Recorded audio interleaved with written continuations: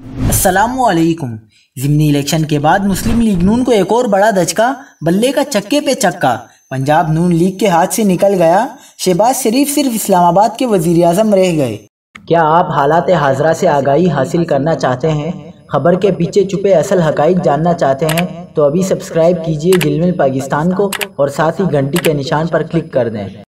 आपको बताते चलें कि पंजाब के ज़िमनी इंतखाबात में पीटीआई 15, मुस्लिम लीग नून 4 नशिस्तों पर कामयाब रही, जबकि एक नशिस्त आज़ाद उम्मीदवार के नाम रही।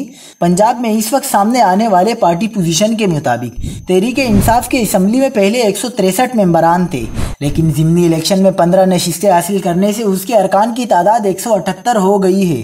पंजाब में पीटीआई की इत्तेहादी जमात काफ लीग के कुल 10 अरकान हैं, जिसके बाद दोनों जमातों के पंजाब असम्बली में इस वक्त मजमूई तौर पर 188 अरकान हैं।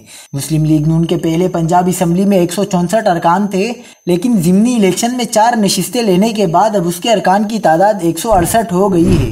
पंजाब में पीपल्स पार्टी के 7 अरकान हैं, जबकि 3 आज़ाद अरकान और 1 रुकन राहे हक पार्टी का है, जिसके बाद नून लीग के इत्तेहादियों के साथ कुल नंबर 179 हैं। यूं पंजाब में दोबारा पीटीआई और उसके इत्तेहादियों की हुकूमत बनने जा रही है। परवेज़ इलाही बआसानी वज़ीर आला पंजाब बन जाएंगे।